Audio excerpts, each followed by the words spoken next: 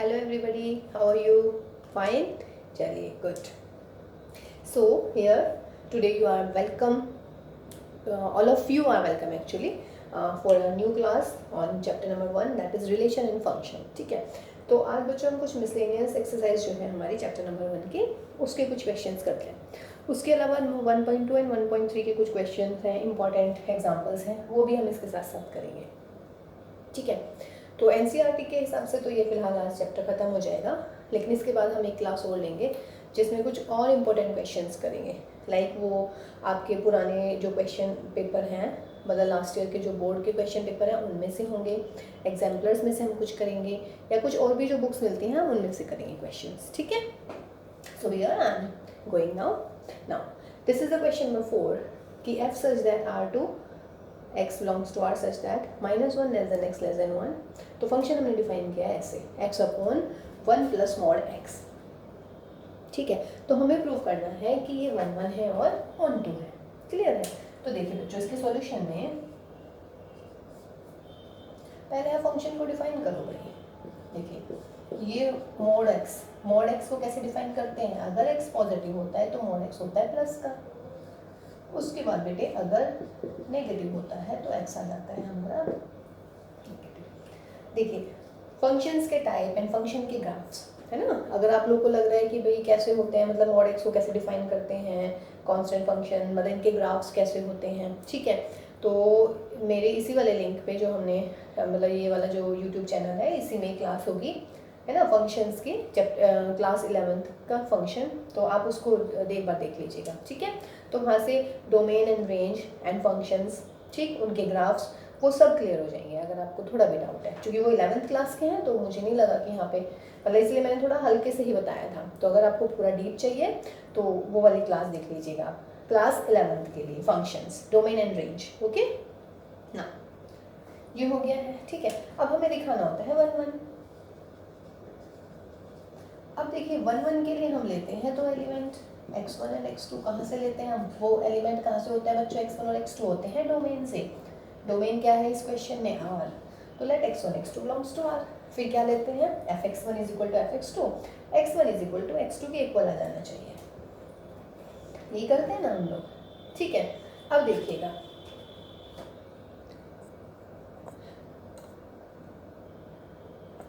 जब आपका x1 x2 belongs to R है, लेकिन देखिए यहाँ पे दो केसेस हैं, या तो पॉजिटिव या फिर नेगेटिव, तो हमें भी यहाँ पे वो सारे के सारे केस कंसिडर करने पड़ेंगे. इसे लास्ट वाली क्लासेस में जो हमने एग्जांपल्स क्वेश्चंस किए थे उसमें भी हम सेम ही कर रहे थे, है ना. देखिए x क्या है? पॉजिटिव या x है नेगेटिव. तो जो ये x1 x2 है ये भी तो डोमेन में से उठा रहे हैं आप. तो जब ये डोमेन में से ले रहे हैं एलिमेंट्स तो इनके ऊपर भी ये केसेस लगाएंगे. तो केस फर्स्ट ले रहे हैं इस वाले में से, यानी कि when x1 and x2 both are positive, तो आप कंसिडर कीजिएगा fx1 is equal to fx2. fx1 क्या होगा बच्चों? जब x पॉजिटिव होता है तो फंक्शन है ये, इसे भूल जाइएगा. ये कब आएगा? जब नेगेटिव होगा. लेकिन अब मैं क्या ले रही हूँ फिलहाल? दोनों के दोनों पॉजिटिव. तो x1 पॉजिटिव तो ये आएगी fx1 की वैल्यू, यानी कि x1 upon 1 plus x1. x2 भी क्या है? पॉजिटिव. तो पॉजिटिव के सामने जो फंक्शन है वही आएगा. ये क्या है? fx. आपको क्या निकालना है? fx2. तो x को रिप्लेस कर दीजिएगा x2 से, तो that is x2 and 1 plus x2. Multiply करो भाई, x1 plus x1 x2 is equal to x2 plus x1 x2. x1 x2 से x1 गया तो क्या मिला? आ गया. तो दिस इम्प्लाइज, इस केस में क्या मिला मुझे? f is what? 1 1. कोई दिक्कत नहीं है. उसके बाद बेटा सेकंड केस ले लेते हैं. सेकंड केस लिए क्या लेंगे? जब x1 x2 दोनों नेगेटिव हो. मैं इसी में कर देती हूँ. सेकंड केस क्या लेंगे? जब x1 x2 नेगेटिव. तो late fx1 is equal to fx2. अब बेटा जब x1 नेगेटिव है तो नेगेटिव के लिए फंक्शन क्या है? x upon 1 minus x. फिलहाल क्या निकालना है? fx1. तो x को x1 से रिप्लेस कर दो और यहाँ पर आ जाएगा 1 माइनस x1. सेम x2 क्या है? x2 भी नेगेटिव है. नेगेटिव के लिए भी ये आपका मल्टीप्लाई कर लीजिएगा, ये अगेन कट जाएगा. इस वाले केस में भी क्या आ गया हमारा भाई? 1 1 ही आ गया है। ठीक है, केस थर्ड ले लेते हैं। केस थर्ड क्या लेते हैं बच्चों? केस थर्ड ले लेते हैं अब की बार कि एक पॉजिटिव है और एक नेगेटिव है। ठीक, तो केस थर्ड लेट अब की बार बेटा x1 पॉजिटिव ले लीजिएगा, x2 नेगेटिव, फिर कंसीडर कीजिएगा।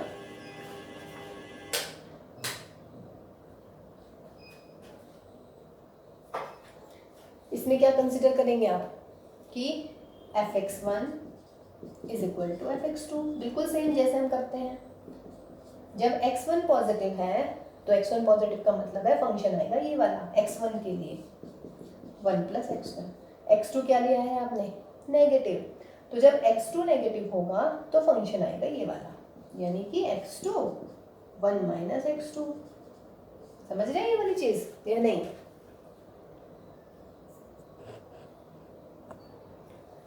देखिए, अगर x1 पॉजिटिव है बच्चों तो फंक्शन कौन सा आएगा? ये वाला, क्योंकि x पॉजिटिव यहाँ पर है। और x2 नेगेटिव, तो नेगेटिव में फंक्शन कौन सा आएगा? ये रहा। तो मैंने x2 के लिए ये लिख दिया है। अब इसकी जरा मल्टीप्लाई कर लीजिएगा, तो क्या होएगा? x1 की मल्टीप्लाई x1 में, x1 की मल्टीप्लाई x2 में, तो x1 x2, फिर x2 की मल्टीप्लाई इधर, और ये x2 x1, इसको इधर ले आइएगा, तो x1 minus x2 is equal to, ये इधर चला जाएगा तो ये दुगना हो जाएगा इसका। सॉल्व तो कर लेंगे ना, सॉल्यूशन में तो कोई प्रॉब्लम नहीं है। x1 माइनस x2, ठीक है। अब यहाँ देखो भाई, x1 है पॉजिटिव और x2 हम कह रहे हैं नेगेटिव। पॉजिटिव में से नेगेटिव घटाओ भाई, यानी कि x1 बड़ा है x2 छोटा है, तो डेफिनेट सी बात है ये आएगा हमेशा पॉजिटिव। और ये क्या है? 2x1 x2, x1 है पॉजिटिव, x2 है नेगेटिव, और क्या हो रहा है यहाँ पर? मल्टीप्लाई। जब पॉजिटिव और नेगेटिव की मल्टीप्लाई करते हैं तो कैसा साइन आता है? नेगेटिव। अब एक बात बताओ बेटा, एक साइड तो आ गई हमारी पॉजिटिव, एक साइड आ गई हमारी नेगेटिव। Is it possible? नहीं, पॉसिबल नहीं है। तो ये आप डिस्कार्ड कर देंगे, यानी कि केस थर्ड आप कंसीडर कर ही नहीं पाएंगे, इसको आपको लेफ्ट करना पड़ेगा। क्लियर है? उसके बाद में ये क्लियर हो गया यहाँ से, क्योंकि x1 क्या है बेटा? पॉजिटिव, और x2 क्या है? नेगेटिव। बड़ी वाली क्वांटिटी में से छोटे वाली क्वांटिटी घटाते हैं तो हमेशा क्या आएगा? आपका पॉजिटिव आएगा। फिर दूसरी तरफ क्या है? 2x1 x2, x1 negative, sorry x1 positive x2 negative, negative positive की मल्टीप्लाई करते हैं नेगेटिव आता है। दोनों साइड सेम है, मतलब इक्वल है बीच में, तो ये पॉजिटिव और ये नेगेटिव, नॉट पॉसिबल। तो इसका मतलब है ये एब्सर्ड हो गया। केस फोर्थ क्या लेंगे अब केस फोर्थ में इसका उल्टा ले लेते हैं कि सपोज कीजिए x1 नेगेटिव है और बच्चों x2 क्या है हमारा? पॉजिटिव। ठीक है, जब x1 पॉजिटिव आया, नेगेटिव आया, तो अब की बार ये नेगेटिव है तो x1 के लिए फंक्शन ये लेंगे, x2 क्या ले गए हैं? पॉजिटिव। पॉजिटिव के लिए फंक्शन क्या दिख रहा है? यानी कि यहाँ पे लगा देंगे प्लस, मल्टीप्लाई कीजिएगा। ठीक है, अब की बार x2 को उधर ले जाइएगा, मीन जब आप इसको सॉल्व करेंगे बिल्कुल सेम ही आ जाएगा। x1 को उधर लेके आइए तो x2 माइनस x1, इसको इधर 2x1 x2, बिल्कुल सेम। यहाँ पर x2, बोलिए x2 माइनस x1, x2 क्या है? पॉजिटिव, x1 क्या है? नेगेटिव। बड़ी क्वांटिटी में से छोटी क्वांटिटी को माइनस कर रहे हैं तो ऑलवेज पॉजिटिव, और दूसरी तरफ क्या आ गया? दोनों का मल्टीप्लाई। पॉजिटिव इंटू नेगेटिव क्या होता है? नेगेटिव। अगेन एक साइड पॉजिटिव, एक साइड नेगेटिव, नॉट पॉसिबल।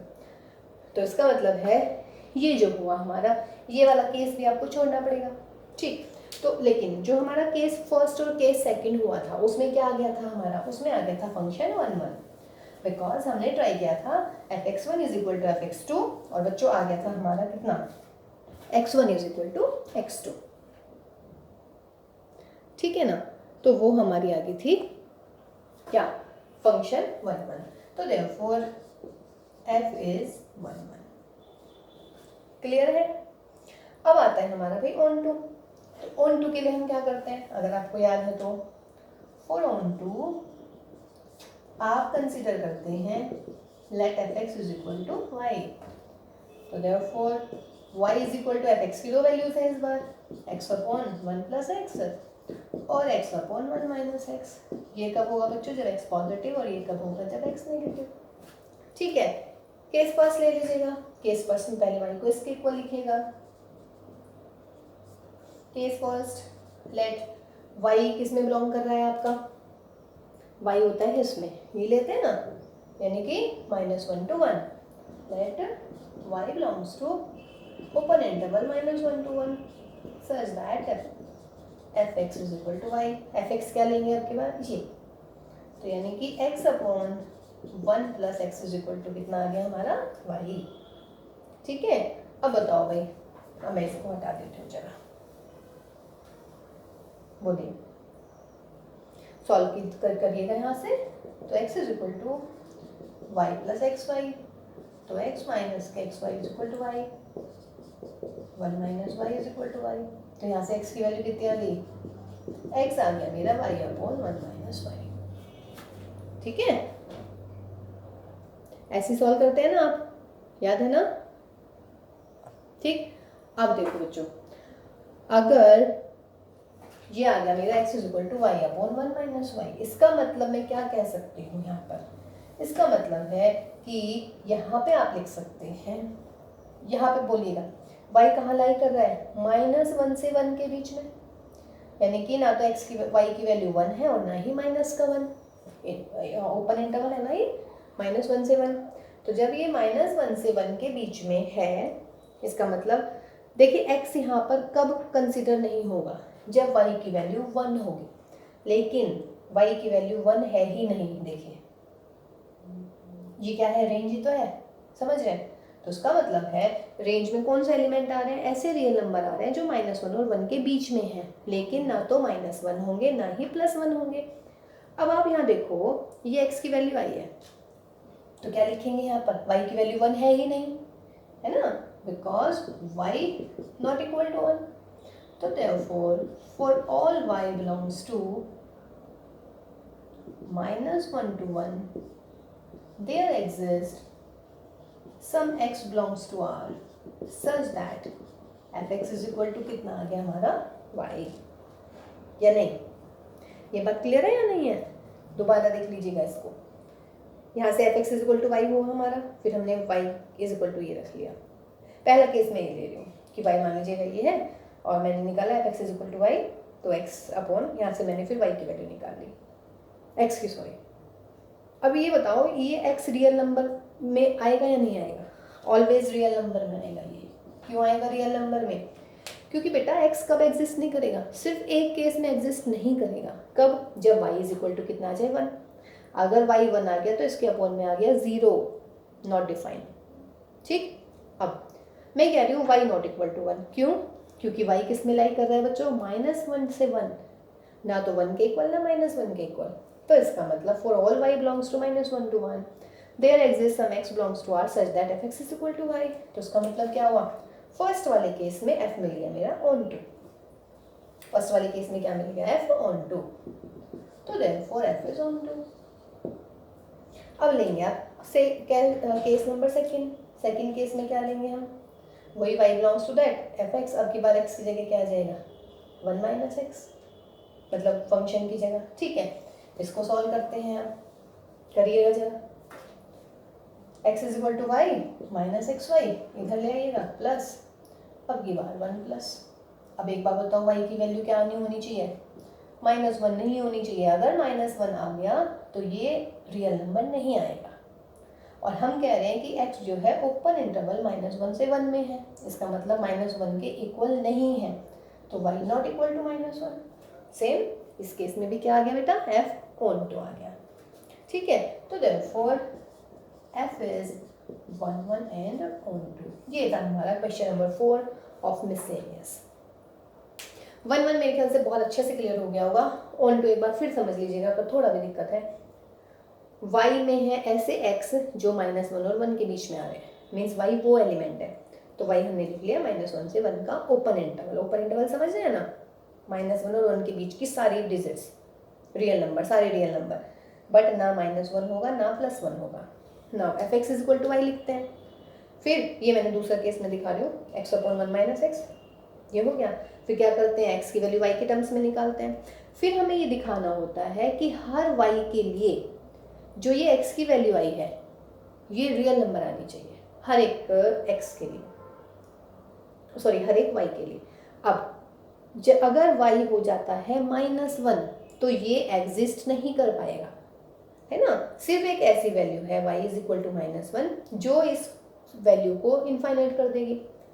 वो केस भी पॉसिबल नहीं है क्योंकि y जो है -1 है ही नहीं, ना -1 है ना 1 है, तो इसका मतलब है ये हमेशा एग्जिस्ट करेगी वैल्यू।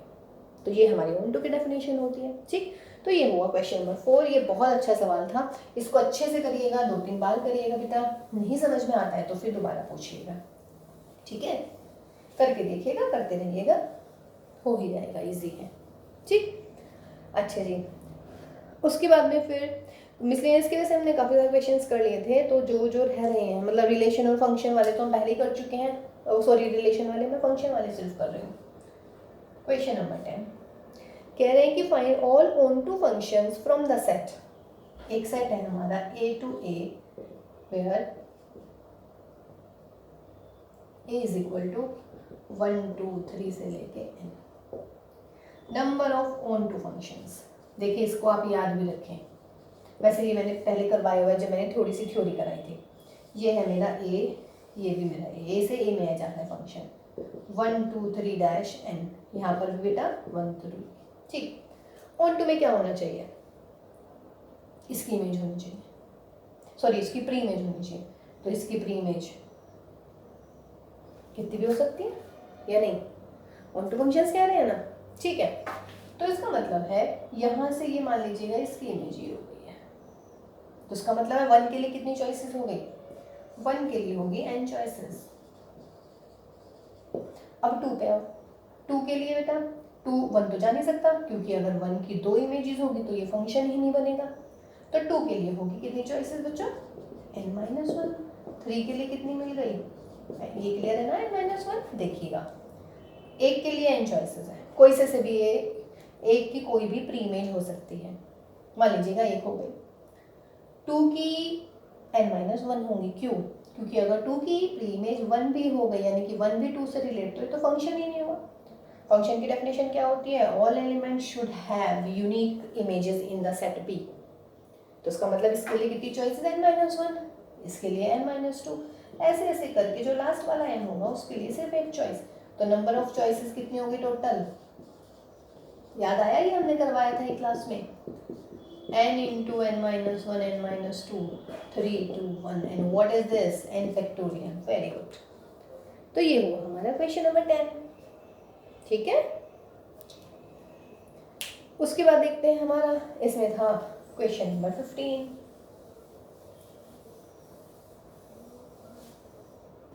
देखिए क्वेश्चन नंबर 15 में क्या है भाई,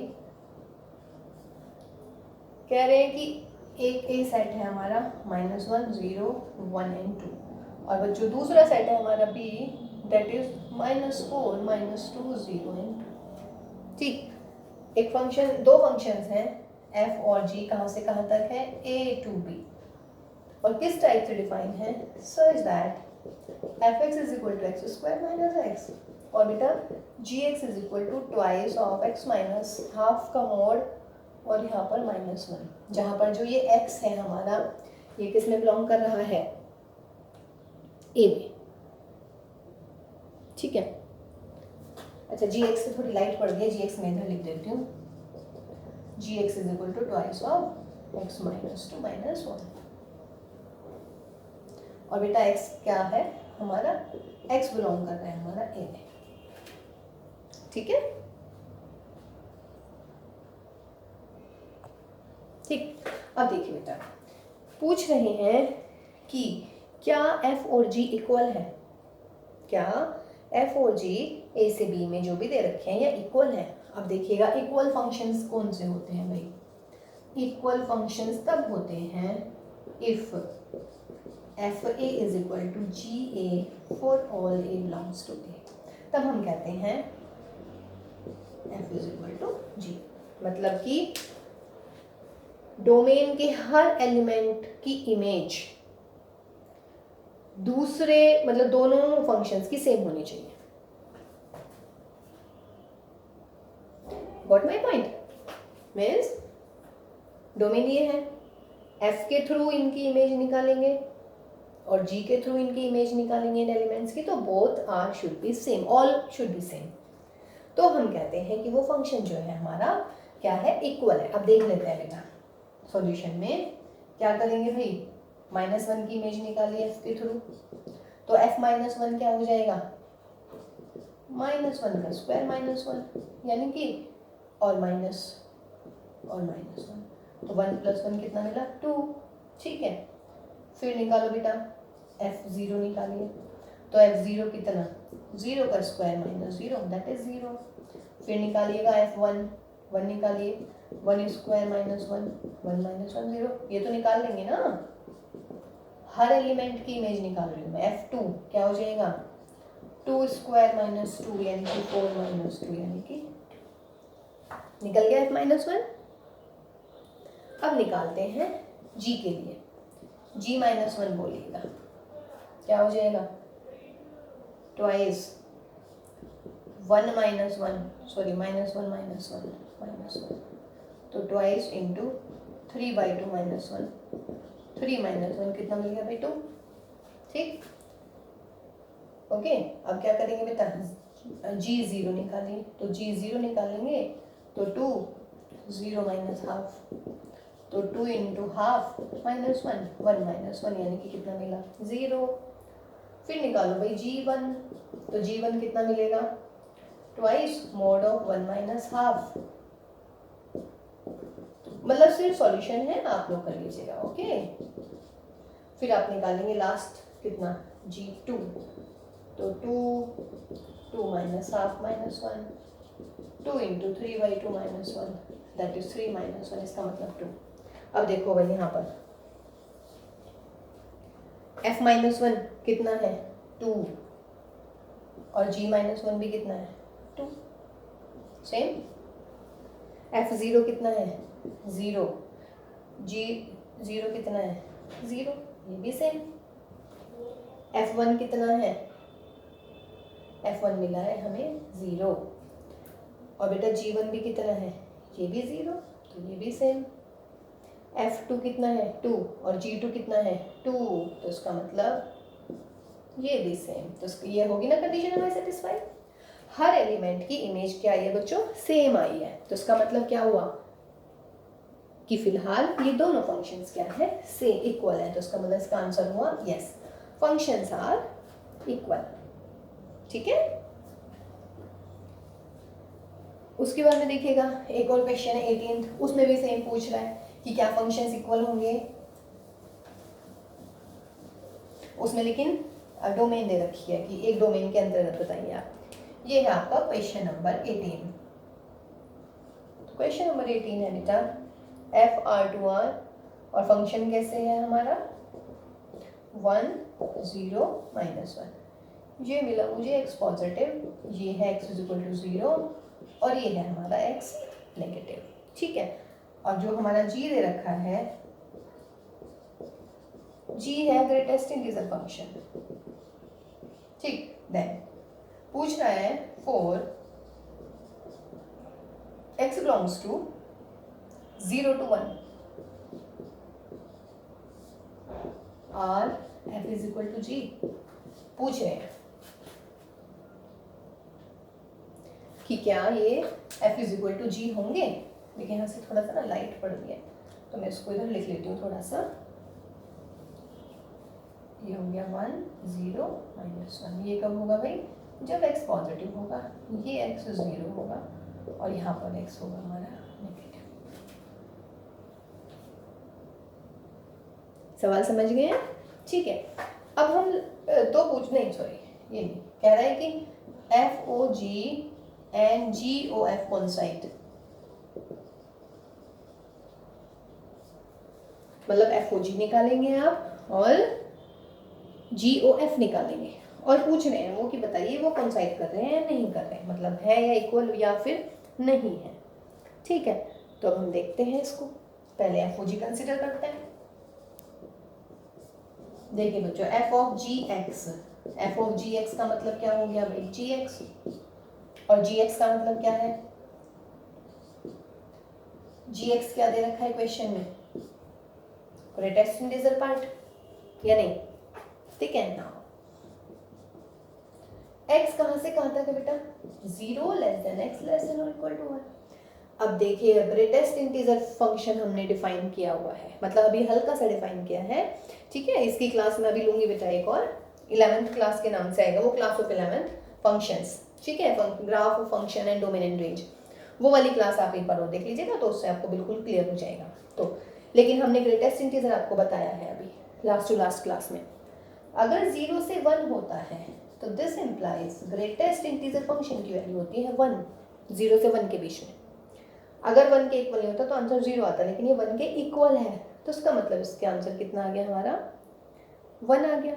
1 आ गया नहीं, ग्रेटेस्ट इंटीजर आ जाएगा हमारा दो टाइप से, या तो 1 आएगा, 1 कब आएगा यदि x इज इक्वल टू 1 हो, और बेटा अगर जीरो, देखिए दो केस, या तो 0 से 1, 0 से 1 में ग्रेटेस्ट इंटीजर की फंक्शन की वैल्यू 0, और अगर 1 है तो 1, कोई दिक्कत नहीं है। अब आप इसको लगा लीजिएगा भाई, तो इसका मतलब क्या होएगा हमारा, तो देयरफॉर FOG देखिए जो भी आपका आया था, FOGX कितना लगाया हमने, मोड x, वो सॉरी ग्रेटेस्ट इंटीजर x, तो ग्रेटेस्ट इंटीजर x की वैल्यू f1 और ग्रेटेस्ट इंटीजर x की वैल्यू कितनी, 0। ये कब आएगा, जब x इज इक्वल टू 1, और ये कब आएगा बेटा, जब अब f1 देखिएगा, f1 की वैल्यू कितनी है भाई, fx की वैल्यू 3 आती है, अगर x इज इक्वल टू 0 तो fx 0, जब x नेगेटिव है तो -1, और जब x पॉजिटिव है तो +1, क्या है यहाँ पे 1 क्या है पॉजिटिव, तो f1 की वैल्यू कितनी आएगी 1। इसका मतलब फंक्शन आ गया हमारा 1 and 0 जब x इज इक्वल टू 1, और ये है हमारा तब। कोई दिक्कत इसमें, दोबारा देख लीजिएगा, f ऑफ gx क्या है, ग्रेटेस्ट इंटीजर। अब सवाल वो इस इंटरवल के लिए पूछ रहा है, सिर्फ रियल नंबर के लिए नहीं पूछ रहे हैं, सिर्फ इसके लिए, तो इसका मतलब है x की वैल्यू 0 और 1 के बीच में है। इक्वल क्यों लगाया है, क्योंकि ये क्लोज इंटरवल है, ठीक। अब ग्रेटेस्ट इंटीजर कैसे डिफाइन होता है बेटा, 0 से 1 के बीच में वैल्यू आएगी 0, और अगर 1 है डायरेक्ट वैल्यू तो ग्रेटेस्ट इंटीजर पार्ट 1 होता है 1, कोई दिक्कत नहीं है। अब f ऑफ ग्रेटेस्ट इंटीजर की वैल्यू कब लिखूंगी मैं, 1 लिखी मैंने f1, और एक वैल्यू क्या लिखी मैंने, अरे सॉरी f0, ठीक है, तो फर्क नहीं पड़ेगा लेकिन आंसर में, ठीक। अब देखो बेटे, ग्रेटेस्ट इंटीजर की 1, ग्रेटेस्ट इंटीजर के अंदर ये इसकी वैल्यू लिख रहे हैं हम 1 and 0। अब f1 पे आइएगा, f1 का मतलब x1, इसका मतलब जब x पॉजिटिव है, तो जब x पॉजिटिव है तो fx की वैल्यू 1, तो f1 कितना आया 1, और जब बेटा क्या है x इज इक्वल टू, यहाँ पे है f0, तो f0 कितना है, f0 0, तो ये आ गई हमारी किसकी वैल्यू, FOGX की, ठीक है। अब हम निकालते हैं बच्चों g ऑफ fx, अब क्या निकालेंगे, g of fx निकालिएगा, g of fx, इसका मतलब यहाँ पर आ गया fx, ठीक। अब fx में लिख रही हूँ इसमें वैल्यू 1, बताएंगे क्यों, because 0 is less than x is less than, that is x क्या हो गया 0 से बड़ा, और बेटा जब x की वैल्यू 0 से बड़ी है तो हमारा fx की वैल्यू कितनी है 1, तो fx की वैल्यू कितनी आ गई 1, और g1 का मतलब ग्रेटेस्ट इंटीजर पार्ट ऑफ 1, और वो क्या हो गया 1, बोलो FOG तो ये आया, और GOF कितना आया 1, तो इसका मतलब आंसर क्या हुआ, नो, ये कोइंसाइड नहीं करेंगे। क्लियर है ना, अच्छा सवाल था, मतलब थोड़ा सा समझने वाला था। देखिए फंक्शन एक fx ये दे रखा था, और हमारा gx दे रखा है क्या, ग्रेटेस्ट इंटीजर फंक्शन, और हमें आंसर चेक करना है 0x लेस देन 1 पर, ठीक। और हमें क्या निकालना है, GOF और FOG निकालना है, तो हमने GOF निकाला पहले, तो GOFX का मतलब G ऑफ fx। अब बेटा x है हमारा 0 से 1 के बीच में, यानी कि x क्या है 0 से बड़ा, जब x की वैल्यू 0 से बड़ी है तो फंक्शन की वैल्यू है 1, तो f(x) की जगह कितना लिख देंगे आप 1, तो g1, और g1 का मतलब ग्रेटेस्ट इंटीजर ऑफ 1 कितना आता है पार्ट 1।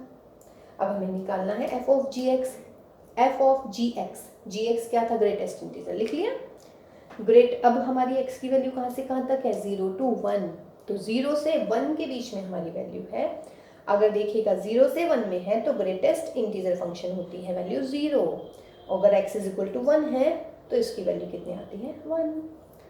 अब ग्रेटेस्ट इंटीजर फंक्शन की वैल्यू 1 लिख दीजिएगा, ग्रेटेस्ट इंटीजर की वैल्यू 1 लिख दी, कब, जब x की वैल्यू 1। फिर ग्रेटेस्ट इंटीजर की फंक्शन कितनी लिख दी वैल्यू 0, कब, जब 0 से 1 के बीच में है। अब फंक्शन को डिफाइन करिए f1 का मतलब x की जगह 1, x की जगह 1 का मतलब है ये वाला केस पॉजिटिव, यानी कि f1 की वैल्यू कितनी 1, और f0 यानी x की जगह 0, तो x की जगह 0 पे फंक्शन कितना है 0, बोथ आर नॉट कोइंसाइडिंग, तो उसका मतलब इसका आंसर होगा देयरफॉर आंसर इज नो, मतलब ये कोइंसाइड नहीं कर रहे हैं। ठीक है बच्चों, तो ये हमारा एक क्वेश्चन हो गया।